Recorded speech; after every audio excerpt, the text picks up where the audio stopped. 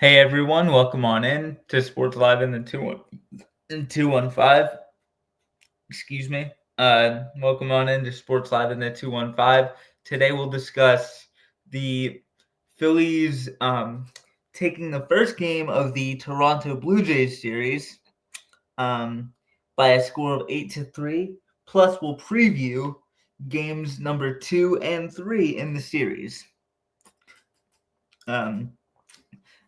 So game one was just a dominant start right from the word go. Essentially, Bryson Stott to start off the top of the first draws a 4-pitch walk, and then Trey Turner launches a 2-run bomb to get the scoring started, put the Phillies up 2-0. That's a good way to start it, and then the floodgates just kind of opened from there. The Phillies ended up scoring 6 runs in the first inning, and their 6-run first inning was capped off by a 2-run RBI single by Bryson Stott. So that's good to see. Good to see Bryson get off the schneid a little bit, gain some confidence. That's always good to see. And then in the second inning, they got their 7th run thanks to a misplay by the Blue Jays defensively that made the score 7-0. And then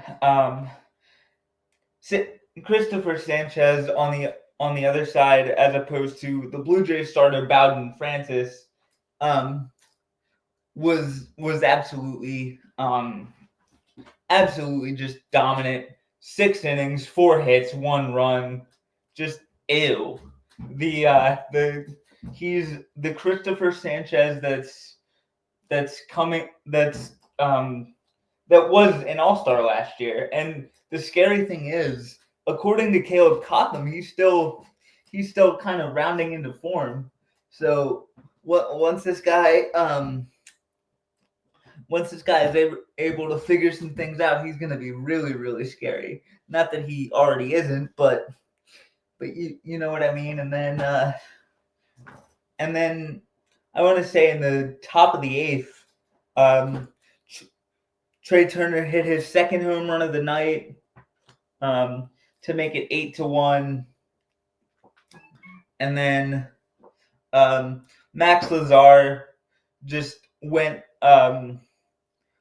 the 7th and the 8th just to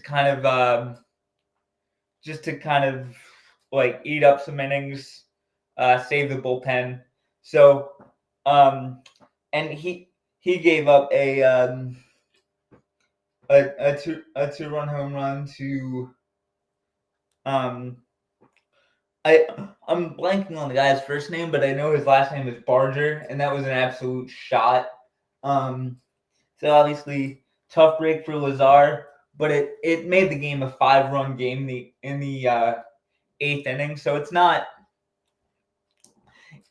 too consequential, but yeah, obviously not the greatest showing for sure. But in the 9th inning, Carlos Hernandez was able to close it down, and that's another win for your fighting Phils. I thought this win was dominant. It showed that when the Phillies when the Phillies need to let some big emotions out, they know how to do it on a baseball field. They just put up runs before the Blue Jays even know the game started. Like it to get like out of the blocks so fast is huge for for a team that can have pretty big peaks and valleys. Let's just hope they can maintain their peak and have like less of the valley points this year. Whereas opposed to last year, like the whole second half was kind of a valley. So hopefully they can maintain this level of consistency. But as always, time will tell. And I'm excited about it for sure. So with that being said, let's get into your starting pitching matchups for the final two games of this series in Toronto.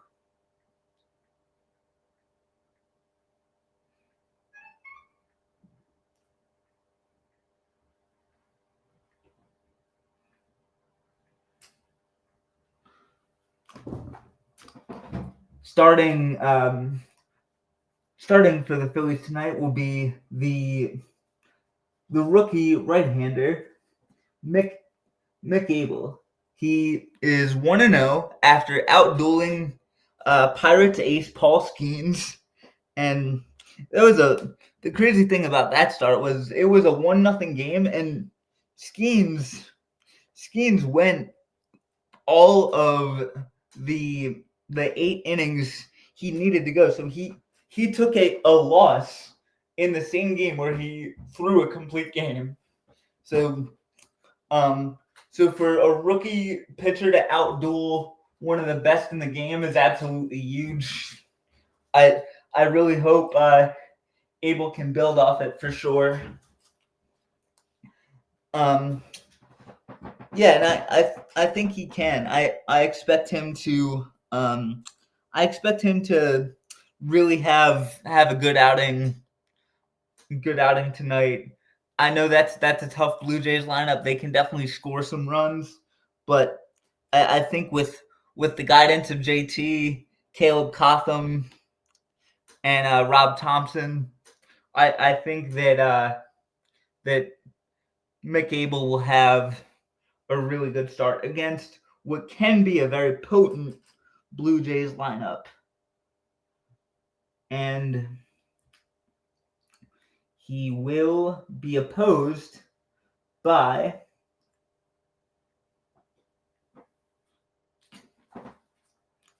before I get to who the Phillies lineup will be facing, Abel is 1-0 with a 0 ERA and 9 strikeouts.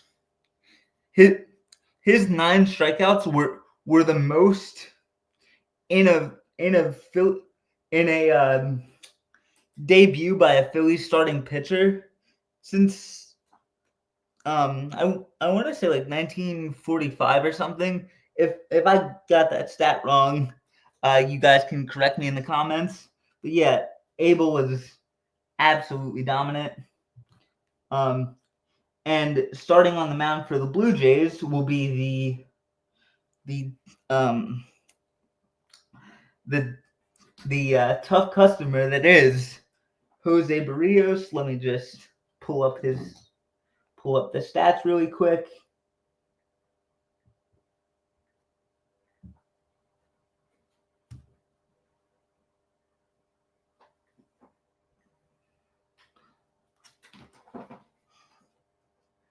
Barrios is 2-2 with a 3.86 ERA and 46 strikeouts.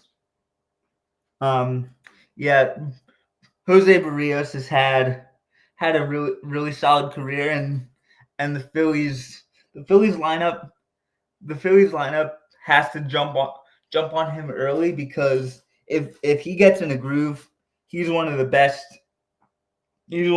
pitchers in the game.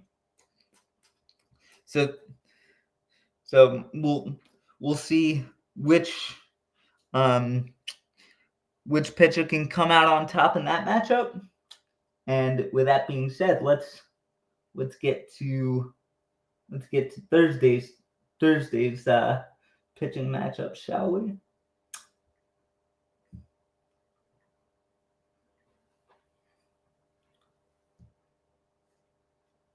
And the following day, it will see the Phillies will send Jesus Luzardo, looking to rebound from his disastrous 12-run outing against the Milwaukee Brewers at Citizens Bank Park. He'll be opposed by Chris Bassett, and Luzardo is 5-1 with a 3.58 ERA, along with 51 strikeouts. And Chris Bassett is 5-3 with a 3.80 ERA and 69 strikeouts. So two guys who know how to put their best foot forward, and both of these matchups should be quite should be quite entertaining to watch. I certainly can't wait for them. And I do expect the Phillies to take at least 2 out of the next 3. I know Toronto's offense is really good, but they're if you can get to their pitching, you'll have a shot to beat them, because their pitching can struggle at times, and you just gotta hope that, like last night, you had them on a cold or like a bad day. So it should be a good rest of the series with 2 great pitching matchups, and I'm excited to watch it. I know you guys are too. Yeah. Thank you guys for listening to this, and as always, go Phils. Oh, and actually, before we get to that, I will have my life episode depicting my senior year of high school. So, with that being said, the My Life episode will come out later today. Thank you guys for listening to this, and as always, go Phils.